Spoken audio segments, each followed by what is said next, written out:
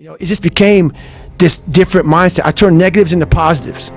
So I would take it like, who would even think about doing this? So I would sit on my couch saying, who at 297, who can't fucking swim that great, who's scared of the fucking water, would have the fucking balls, who had the balls to fucking man up, quit a job, and go and just put everything on himself. So it's how I started talking to myself and putting myself in a whole different category, and that would fuel me the next day, and I just kept using that as fuel. No one would do this shit. No one would do this shit. You're the baddest motherfucker around. You're the baddest motherfucker ever lived. And I just kept fueling me with the right kind of message that I needed to hear, that I was never telling myself. And through time, it became reality. Like I used to. I'm just not good enough. If I'm not good enough, we always say that shit. I'm just not good enough, and then we try something else. I'm gonna fucking make myself good enough. And that became my mentality. I'm gonna make myself good enough. And so I'm misunderstood a lot, but that's all it came down to. I made myself good enough. Yet one time I was running by a graveyard when I was fucking just trying to become, I was fat. And I ran by a graveyard and I looked out there. And I look out there, I'm like, man, I wonder how many of you motherfuckers in there fucking just are so upset with how you lived your life. And fucking just regret how you lived it. And I'm running a 300-pound man thinking, man, don't fucking die like this, bro. Don't die like this. So people wonder where this shit comes from me. It comes from such deep thought of trying to see what this is all about. What is this life all about? What am I all about? Why am I here? I had to find purpose. And my suffering, it had a purpose. It had a fucking purpose. And we all like to take this 4-lane highway, the easy highway. It has fucking signs, it has restaurants. We all love that 4-lane highway. We always step over the shovel. And all I did was I picked up that fucking shovel, and that shovel, I made my own path. And you may have big boulders and shit. They may be getting 200 miles up the road faster than you. But going through this path of life, this journey over here that you make yourself, that's incredibly difficult. What comes out the other end of that motherfucker is some glorious shit that you can't even explain to people. And we're afraid. Bottom line is, most of us, even the people who have all these theories and shit, it's easier to accept the fact that I'm just not good enough. I wasn't made to do that. And yeah, some of us can't be LeBron fucking James. But I'll tell you right now, man, we can do a lot of shit when it comes to this pure arm guts and willpower and getting through shit. We have a lot more than what we think we have. It's like our minds are like a fucking garage. And the garage, if you open a garage and it's all cluttered up, it's all fucked up, you can't put your car in there. You got fucking boats and you got fucking kids' toys and shit everywhere. But if you organize that fucking garage and you put everything in its rightful spot, you can pull that car in there. You can put 2 cars in there. You can put bikes in there. And that's like with the mind. People talk about discipline and fucking determination and fucking, repetitions and all this shit. Consistency. Why people fall off the wagon so often is because their mind is full of shit. There's no room in that mind for discipline. There's no room for consistency. They may do it once or twice, but then the mind takes over and that cluttered fucking garage comes in.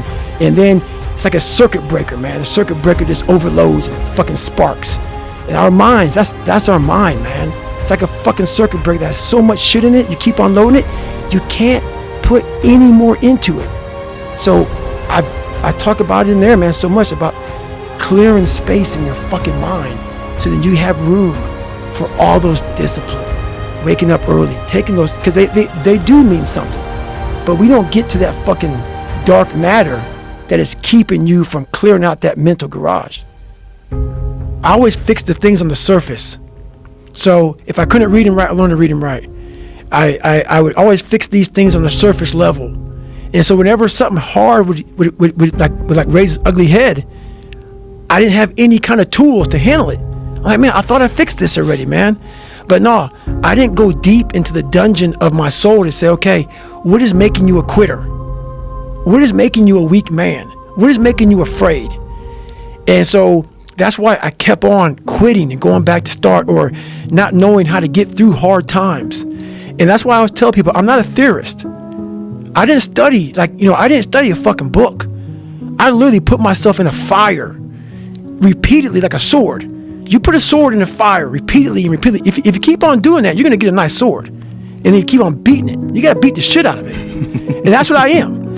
Yeah. I became that. I said, okay, we can't quit. We got to figure out why you are this pussy. Why are you this pussy, man? What is wrong with you? What's going on here? So I kept on putting the sword back in the daggone fire, and I just beat it harder. And I beat it harder. Before I knew it, I started realizing, all right, man, the brain is starting to get hard.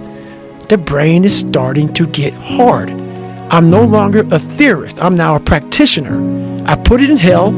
I dissected it while it's in hell, because you can't dissect anything in a normal environment. You can't dissect anything in 72-degree weather. You must put it in the fucking freezer and freeze the fuck out of it. And then you dissect it. Dissect it when it's miserable. Dissect the brain when all it's thinking about is, I need to get out of here, man. I want to get out of the fucking freezer. Open the door. And he said, nah, 5 more seconds, man. 5 more seconds in the freezer. And that's when you start to pick that brain apart. And that's what all this stuff did to me. I kept on putting myself back into the freezer or the fire and beating the shit out of myself, mentally and physically. Before I knew it, this is what happened. Wow. Too happy is too nice. And we don't need to be taught how to live in happiness. That just comes naturally to us. Happy moments, but the dark times, man, you can't get there. I go to such places in my mind and I study the darkness. Like, it's not just physical. When I was growing up and I saw my mom getting beaten, I got beat. And I was some stuttering little black kid in an all-white school, and I'm on stage, and I gotta say one fucking line in front of fucking 15 people, and I walk off stage because I was fucking stutter. All those insecurities and all those fucking things, man, I used to go home and fucking cry. I'm like, oh my God, man, I'm fucked up. I'm just all fucked up. Hang on, man. As I got older, we gotta study this shit, man. The only way we're gonna fucking get through this is if we study it. So every time I'm in a dark moment, and life's fucked up around me, whether it be physical or just life, I get in it, man, with a fucking pen and paper. I'm like, okay, this fucking sucks. I can feel like I'm fucking losing my shit, but let's fucking study this. Let's come out of this motherfucker a genius.